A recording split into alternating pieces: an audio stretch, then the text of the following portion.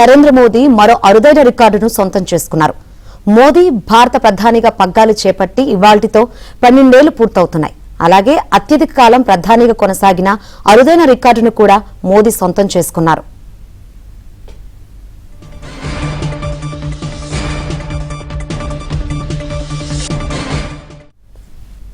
కాసేపట్లో ప్రధాని మోదీ అధ్యక్షతన కేబినెట్ భేటీ కానుంది. ప్రధాని మోదీకి మంత్రులు అభినందనలు తెలపనున్నారు. ఈ భేటీలో పలు కీలక నిర్ణయాలు తీసుకునే అవకాశం ఉంది. అటు ప్రధాని మోదీ అధ్యక్షతన సాయంత్రం ఎన్డీఏ కీలక సమావేశం కానుంది. ప్రధాని మోదీ 12 ఏళ్ల పాలనపై నేతలు తీర్మానం చేయనున్నారు. తీర్మానాన్ని ఏపీ సీఎం చంద్రబాబు ప్రవేశపెట్టనున్నారు. రాజకీయ వ్యూహాలు, ఎన్డీఏ భాగస్వామ్య పార్టీల పాత్ర, రాష్ట్రాల అభివృద్ధి ప్రణాళికలపై చర్చించే అవకాశం ఉంది.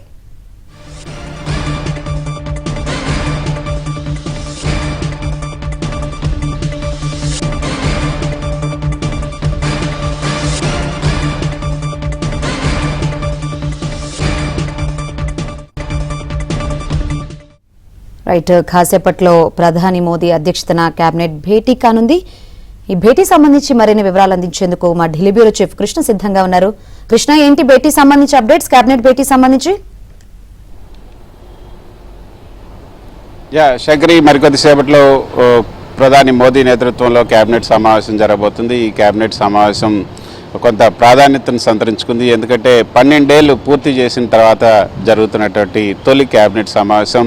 ఈరోజు ప్రధాని మోదీ గతంలో ఏదైతే ఎన్నికల్లో గెలిచిన తర్వాత నిరంతరాయంగా 12 ఏళ్ల పాటు ప్రధానిగా ఉన్నటువంటి రికార్డును ఈరోజు ప్రధాని మోదీ నెలకొల్పబోతున్నారు. 4,399 రోజులు ఈ రోజుకు పూర్తి చేసుకున్నారు. 4,398 రోజులు నెహ్రూ ప్రధానిగా తన పదవీ కాలాన్ని పూర్తి చేశారు.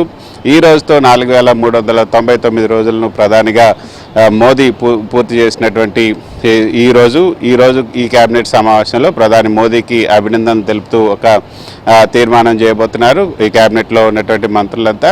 తర్వాత కేబినెట్లో కొన్ని కీలకమైన నిర్ణయాలు రాబోయే రోజుల్లో ఏదైతే మౌలిక సదుపాయాలకు సంబంధించినటువంటి అంశాలు, ప్రాజెక్టులకు సంబంధించి కొన్ని నిర్ణయాలు తీసుకోబోతున్నారు.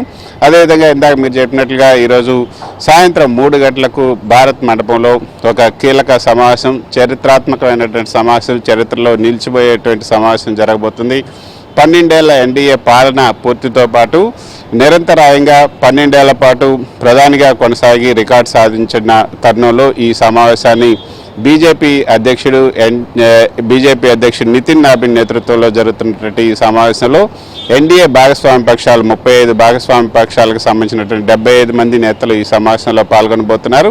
ఈ సమావేశంలో ప్రధానంగా 12 ఏళ్ల పాటు విజయవంతమైనటువంటి పాలన అందించడంతో పాటు ప్రజలకు మేలైనటువంటి ఎన్నో పథకాలను ప్రవేశపెట్టడమే కాకుండా మౌలిక రంగంలో మౌలిక సదుపాయాలను కల్పించడంలో భారత్ను శ్రేష్ఠ భారత్గా తీర్చిదిద్దడంలో కూడా ప్రధాని మోదీ పాత్రను ప్రశంసిస్తూ ఒక తీర్మానాన్ని ప్రవేశపెట్టబోతున్నారు. ఆ తీర్మానాన్ని ఏపీ సీఎం చంద్రబాబు నాయుడు ఆ తీర్మానాన్ని ప్రవేశపెడతారు. తర్వాత నాగాలాండ్ సీఎం దీనికి ఈ తీర్మానాన్ని ఆమోదిస్తారు. ఆ తర్వాత ఈ తీర్మానం పైన కొంతమంది నేతలు ప్రసంగిస్తారు. చివరిగా మోదీ ప్రసంగించబోతున్నారు.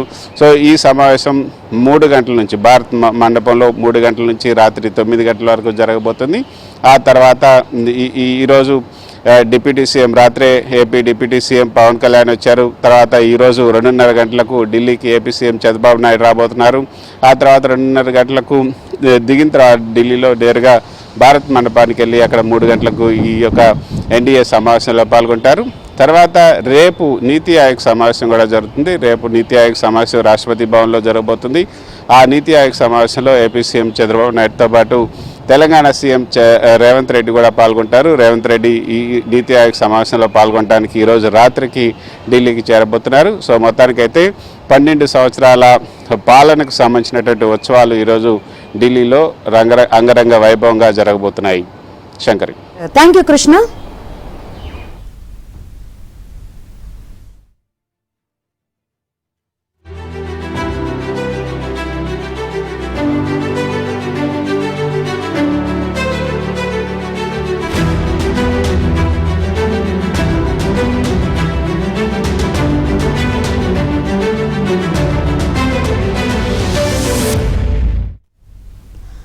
నరేంద్ర మోదీ భారత ప్రధానిగా పగ్గాలు చేపట్టి ఇవాల్టితో 12 ఏళ్లు పూర్తయిన సందర్భంగా దేశవ్యాప్తంగా బీజేపీ నేతలు కార్యకర్తలు సంబరాలు జరుపుకుంటున్నారు. బీజేపీ అగ్రనేతలు ఆలయాల్లో ప్రత్యేక పూజలు ప్రార్థనలు నిర్వహిస్తున్నారు. ప్రధాని మోదీ నాయకత్వంలో దేశం మరింత అభివృద్ధి దిశగా పరుగులు పెట్టాలని నేతలు ఆకాంక్షించారు.